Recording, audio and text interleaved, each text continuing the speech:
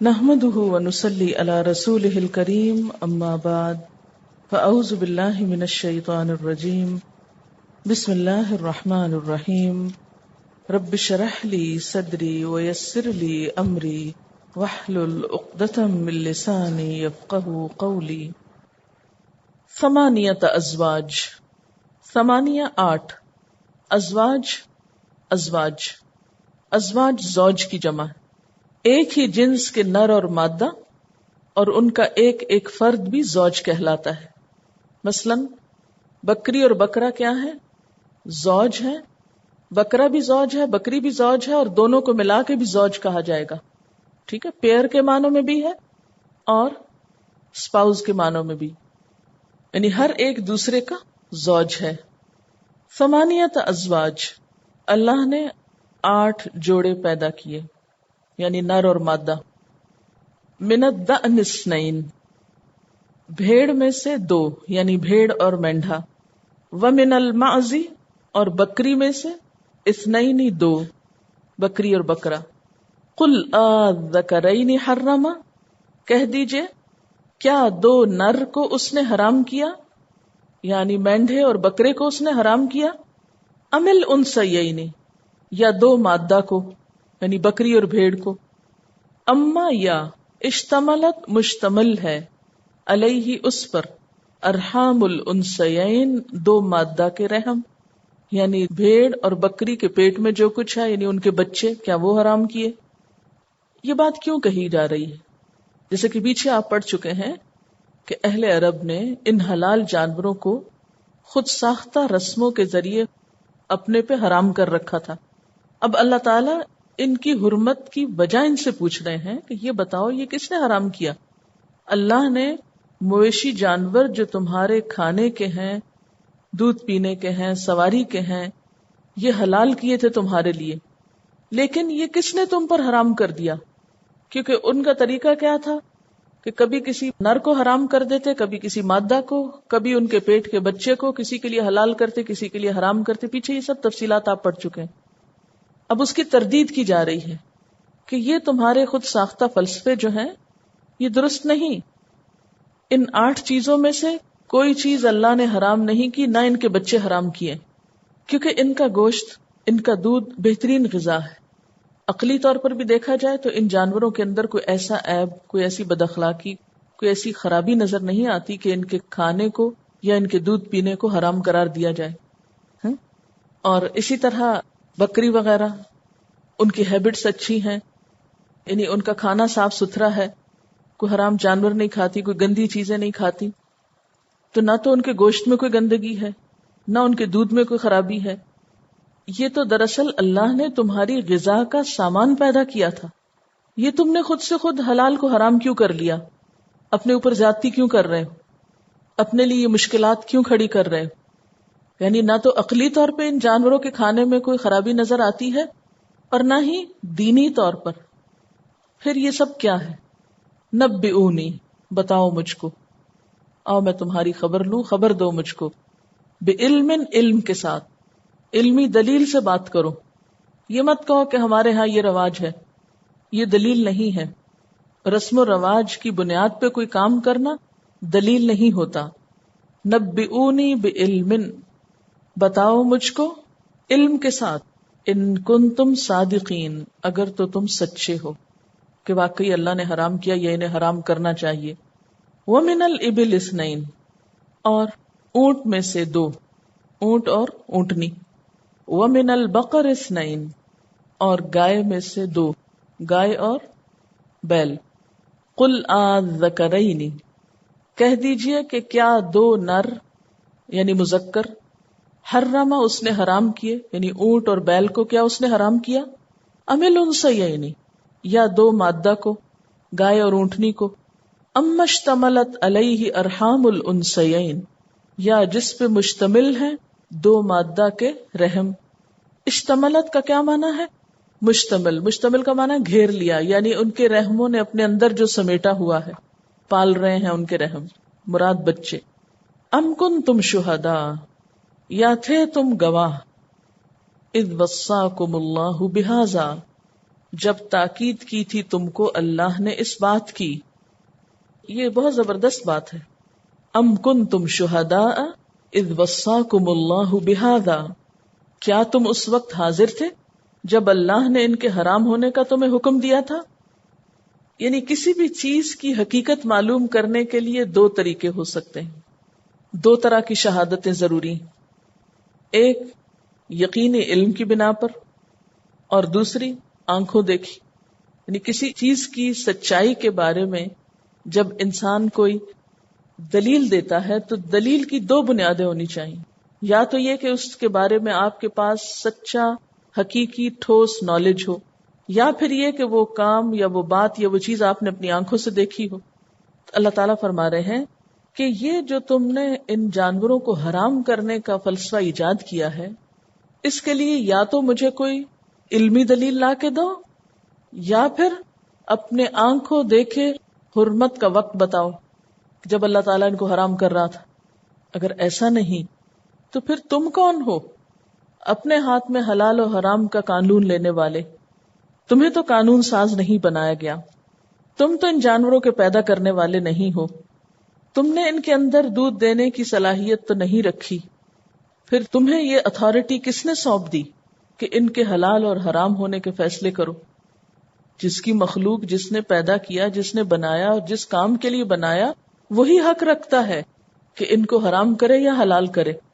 تو دراصل ان کے جو توہمات تھے، اختراعات تھے، غلط عقائد تھے، ان کو یہ ثابت کیا جا رہا ہے کہ یہ اللہ کی طرف سے نہیں، اور نہ ہی ان کی کوئی حقیقت ہے. یہ بالکل لغو باتیں ہیں، من گھڑت باتیں ہیں. اچھا چلیے اس سے تھوڑی سی بات آپ بھی ذرا اپنے بارے میں سوچئے کہ جب آپ کو کوئی آ کے کہتا ہے یہ بات کرنی چاہیے یا یہ نہیں کرنی چاہیے، تو آپ ہر سنی سنائی کو مان لیں گے؟ جو آپ کو یہ کہے کہ یہ بات درست ہے تو آپ کہ ہاں چونکہ یہ کہہ رہے درست ہے اس لیے درست ہوگی، چونکہ فلاں شخص بہت بڑا اسکالر ہے اس لیے اس نے اگر ٹھیک کہہ دیا تو ٹھیک ہے، یا فلاں کی عمر زیادہ ہے، یا فلاں کے پاس ڈگری ڈاکٹریٹ کی ہے اس لیے وہ جو بولے تو وہ سب سچ ہے یا سب درست ہے. کیا کسی چیز کے حق ہونے کی یہ دلیل ہو سکتی؟ لیکن عوام الناس کے پاس بس یہی دلیل ہوتی ہے کہ چونکہ فلاں شخص کی ڈگری بڑی ہے، یا اس کا مقام بڑا ہے، یا اس کی عمر بڑی ہے، یا تجربہ بڑا ہے، اس لیے اس کی بات درست ہے. یہاں اللہ تعالیٰ ہمیں کسی بات کی درستگی کے لیے دو کرائیٹیریا کیا دے رہے ہیں؟ علمی دلیل اور عینی شہادت. یا تو اپنی آنکھ سے دیکھا ہے تو گواہی دو، یا کوئی ٹھوس علم ہے تو بولو، ورنہ مت بولو. ہر سنی سنائی بات آگے مت کرو، کیونکہ کسی شخص کے جھوٹا ہونے کے لیے اتنا ہی کافی کہ ہر سنی سنائی بات کو آگے پہنچا دے. دنیا کے معاملے میں تو ہم یہ سب کرتے رہتے ہیں، لیکن دین کے معاملے میں اس چیز سے پرہیز کرنا چاہیے کہ ہر سنی سنائی بات دوسرے تک پہنچا دی. میرے خیال میں اس کا بڑا ثواب ہے. آپ اپنے خیال سے ثواب اور عذاب نہیں بتا سکتے. کئی ماؤں کی عادت ہوتی ہے نا، بچوں کو جھوٹ موٹ کے عذاب بتاتی رہتی ہیں، یہ کرو گے تو یوں ہو جائے گا، جھوٹ بولو گے تو زبان کٹ جائے گی، اور ساری زندگی بچے دیکھتے ہیں کوئی زبان نہیں کٹی تو ماں ہی جھوٹی. تو اس قسم کی باتیں نہیں کرنی چاہیے. آپ وہی علم پاس آن کریں جس کی آپ کے پاس کوئی صحیح دلیل ہو، اور دوسرے یا پھر آپ نے اس چیز کو اپنی آنکھوں سے دیکھا ہو، یعنی ود ریفرنس بات کرو. آج آپ دیکھیں ترقی یافتہ ممالک میں ہر چیز پہ جو ریسرچ ہو رہی ہے، اور علمی دنیا میں ریفرنس کے بغیر کوئی بات قبول نہیں کی جاتی، لیکن ہمارے ہاں اس چیز کا وجود ہی نہیں رہا. یہ اصل میں دور زوال کی ساری علامتیں ہیں. ہم اپنی عقل تو استعمال نہیں کرتے، جانوروں کی سطح پہ جیتے. جانوروں کی سطح پہ کیوں میں نے اتنا سخت لفظ بولا؟ کیونکہ جانور خواہشات کے ساتھ جیتے ہیں. بس ان کو ہر وقت خیال ہوتا ہے کیا کھائیں، وہ ادھر ادھر منہ مارتے رہتے ہیں، کچھ نہ کچھ کھانے کو ڈھونڈتے رہتے ہیں. آپ کسی بھی جانور کو دیکھیں گے تو تھوڑی دیر آپ آبزرو کریں کہ وہ کرتے کیا ہے نا. یعنی ان کا پیٹ بھرا بھی ہوگا تو وہ یا جگالی کرتے رہیں گے یا پھر ادھر ادھر منہ مارتے رہیں گے. مرغی کو بھی آپ دیکھیں چیزیں الٹی سیدھی کر کے چونچ سے دیکھ کے چھوڑ بھی دے گی، لیکن اس کا اور شغل ہی کوئی نہیں. یا ان کو کھانے پینے کا ہے، یا اپنی نفسانی خواہشات پورا کرنے کا شوق ہے، یا وہ کچھ گھر بنا لیتے ہیں، بس یہ ان کی زندگی ہے۔ آج ہماری بھی زندگی کے مقاصد کیا رہ گئے؟ کھائیں کیا، شادی کب ہوگی، گھر کب بنے گا، یہی ہمارے غم رہ گئے ہیں، یہی ہماری سوچیں ہیں۔ تو ہم حیوانی سطح پہ رہ رہے ہیں۔ اللہ نے ہمیں اس سے اوپر اٹھایا ہے، کچھ اور بھی سوچنے کو کہا ہے۔ تو جب ہم ان چیزوں سے فارغ ہوں گے تو کچھ اور سوچیں گے نا۔ تو بہرحال، اور کچھ اور سوچنے کے لیے پھر عقل کا استعمال ضروری ہوتا ہے، پھر محنت چاہیے ہوتی ہے، پھر انسان کو خود کو پینز میں ڈالنا پڑتا ہے۔ تو یہاں اللہ تعالی بہت زبردست معیار ہم کو دے رہے ہیں کسی بھی چیز کی حلت اور حرمت کے بارے میں جاننے کے لیے۔ کوئی چیز حرام ہے، کیوں؟ کیا دلیل ہے اس کی؟ حلال ہے، کیوں؟ کیا دلیل ہے اس کی؟ فمن ازلم، پس کون بڑا ظالم ہے، ممن، اس سے بڑھ کر جو، افترا، گھڑے، علی اللہ کذبن، اللہ پر جھوٹ، یعنی خود ساختہ دین بنائے، یعنی خود سے حلال حرام کی باتیں گھڑ لے، جوڑ لے، اور ان باتوں کو اللہ کے نام لگا دے اور کہے یہ اللہ نے فرمایا۔ ایسا شخص سب سے بڑا ظالم ہے۔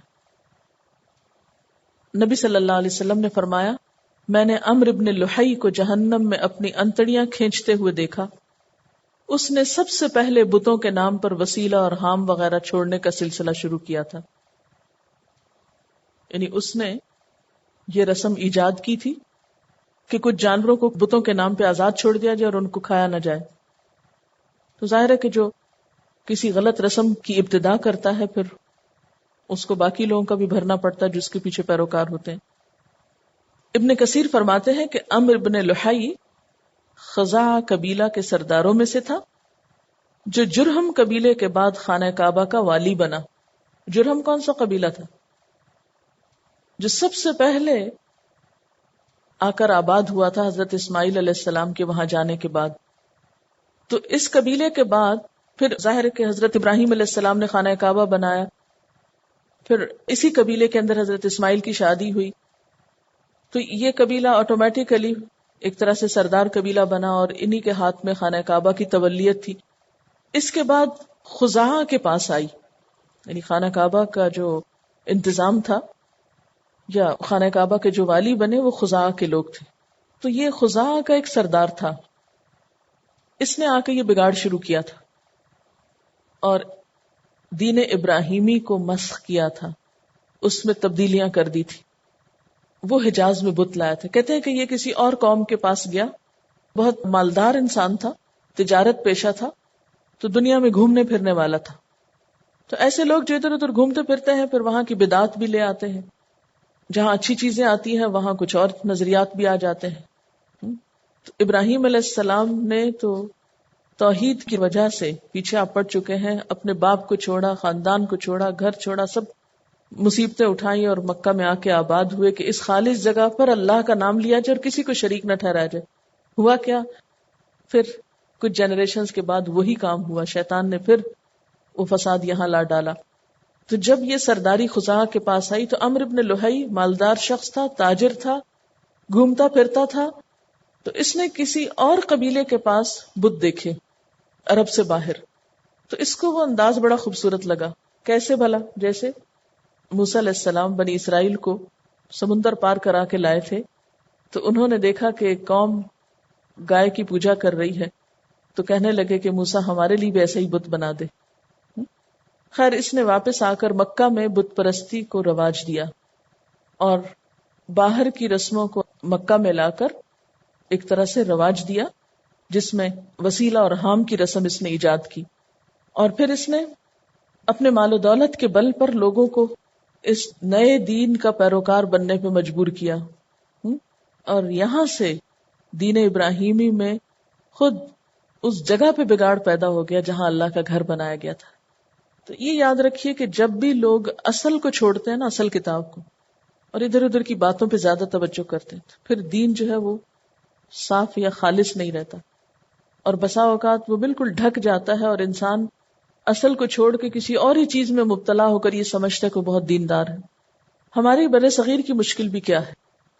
ہماری مشکل بھی یہ ہے کہ جو اصل چشمہ صافی ہے یعنی اللہ کی کتاب، اس کو تو کئی ہیلوں بہانوں سے بند کرا دیا گیا، اس کو نہ پڑھنا گمراہ ہو جاؤ، اور یہ ہر شخص کے سمجھنے کی نہیں، اور ہر شخص پڑھ نہیں سکتا وغیرہ وغیرہ، اور اس کو بند کرا کے پھر ہر ایک نے اپنی مرضی کے لیکچرز دیے، اپنی مرضی کی باتیں لوگوں کو بتائیں، کسی میں رلایا اور کسی میں ہنسایا اور کسی میں کسی طرح کی باتیں کی اور لوگوں کے جذبات کو ایکسپلائٹ کیا اور ایک پیرالل دین بنا کھڑا کیا۔ آج آپ دیکھتے ہوں گے کہ قرآن پاک کی کتنی ہی تعلیمات بالکل مختلف ہیں اس سے جو ہمارے معاشرے میں ہو رہا ہے، اور اس کے برعکس ہمارے معاشرے میں سب لوگ کیا سمجھتے ہیں کہ جو کچھ وہ کر رہے ہیں وہ دین ہی کے نام پر ہے، اور دین ہے، ثواب ہے، وہی کرنا چاہیے ان کو۔ تو بجائے اس کے کہ ان کے ساتھ بحث کریں اور انہیں آپ برا بھلا کہیں، ان کے ساتھ ہمدردی کریں اور ان کو اللہ کی کتاب کی طرف لے آئیں اگر کسی کی بھی خیر خواہی مطلوب ہے۔ اچھا، اس نے جو اللہ پہ جھوٹ گھڑا تھا، حالانکہ اللہ تعالیٰ نے کیا فرمایا؟ ما جعل اللہ من بحیرۃ ولا صائبۃ ولا وصیلۃ ولا حام، اللہ نے تو یہ کچھ بھی مقرر نہیں کیا، لیکن اس نے ان سب رسموں کو صرف رسمیں کہہ کر یا نیا آرٹ اور کلچر کہہ کے انٹروڈیوس نہیں کیا۔ کیا کہا؟ یہ دین ہے تمہارا۔ فرمایا اس نے اللہ کے نام منسوب کر دیا ان سب باتوں کو۔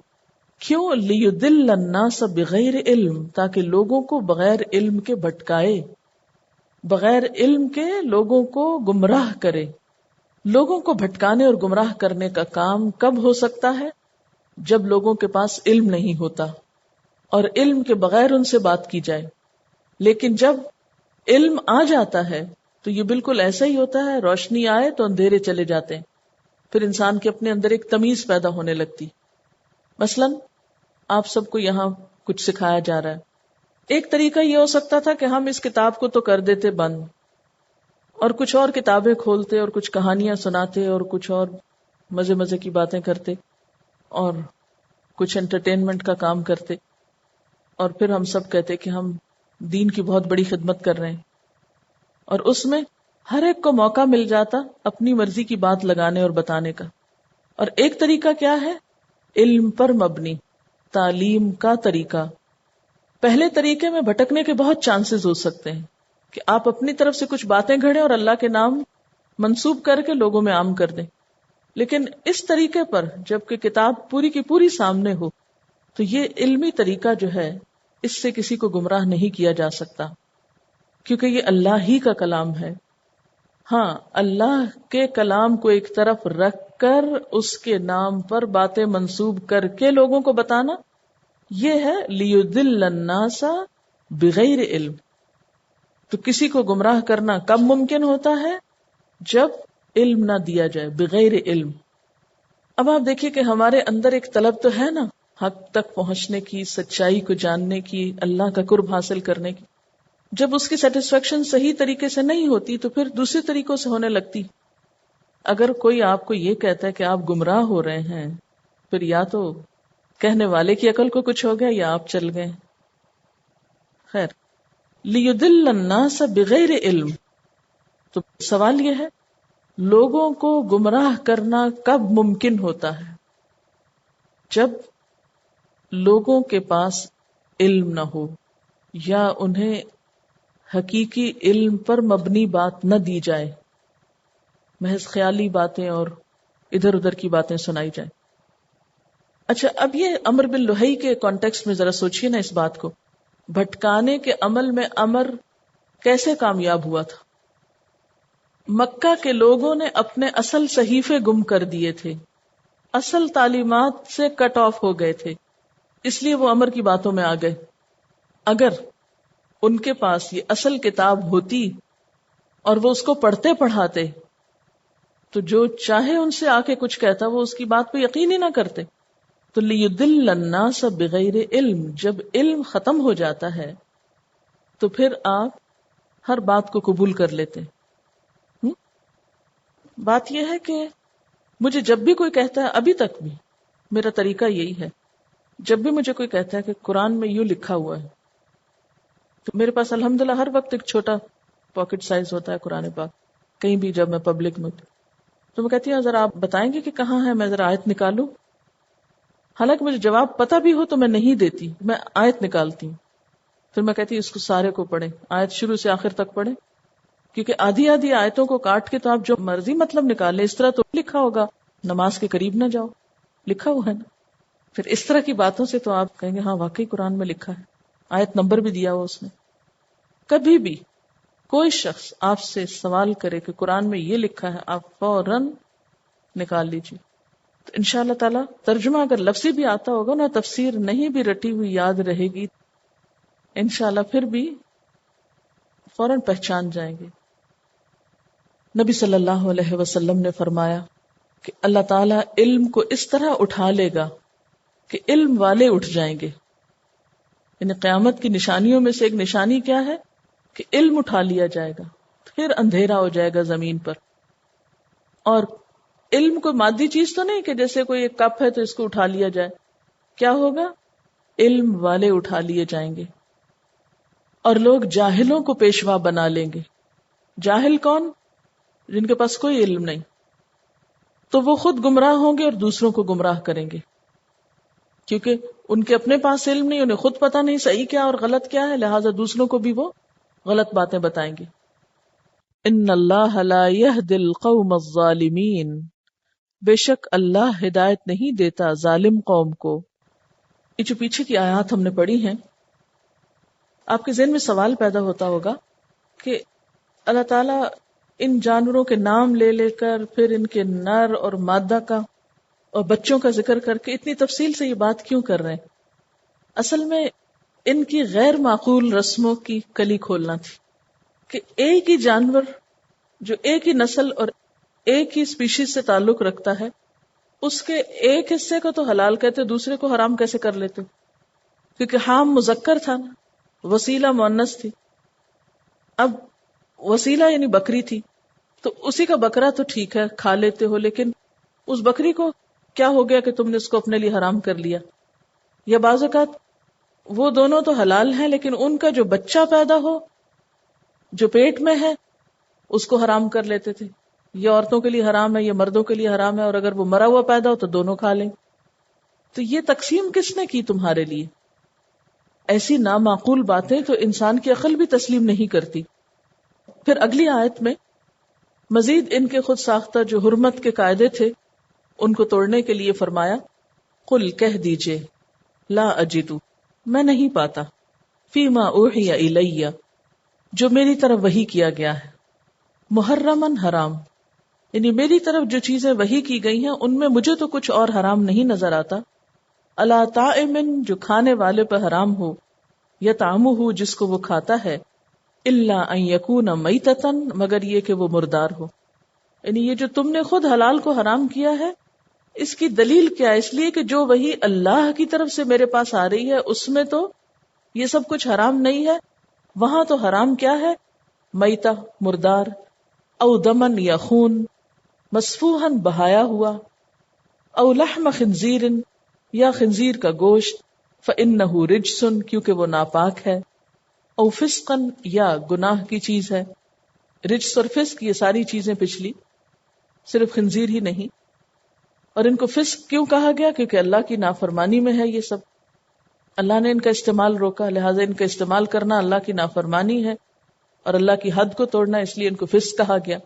اہل لغیر اللہ بہ پکارا گیا واسطے غیر اللہ کے جس کو، یعنی میرے پاس اب تک جو وحی آئی ہے اس میں تو حرام کردہ چیزیں یہ ہیں. یہ وسیلہ اور صائبہ اور حام اور بحیرہ یہ کس نے حرام کر دی؟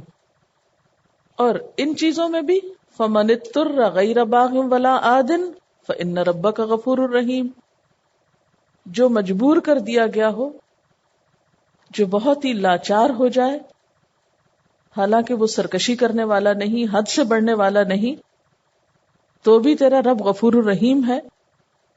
یعنی انتہائی مشکل وقت میں ضرورتاً ان کو کھانے کی بھی اجازت ہے.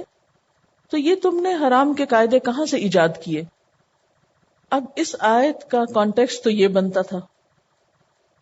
کچھ لوگوں نے اس آیت سے اور معنی نکالا. کیا کہا؟ قرآن میں بس یہ 4 چیزیں حرام ہیں اور کچھ نہیں، یہ باقی سب مولویوں نے خود گھڑ لی. حالانکہ اس کا کانٹیکسٹ یہ نہیں ہے. نمبر 1 یہ سورت مکی ہے، مکہ میں اب تک اتنا ہی کچھ حرام ہوا تھا. اس کے بعد سورۃ المائدہ وغیرہ آئی تو منخنقہ، موقوذہ، متردیہ اور بہت سی اور حرام چیزیں جن کا ذکر پیچھے آپ نے پڑھا سورۃ المائدہ میں، وہ احکامات اس آیت کے بعد آئے.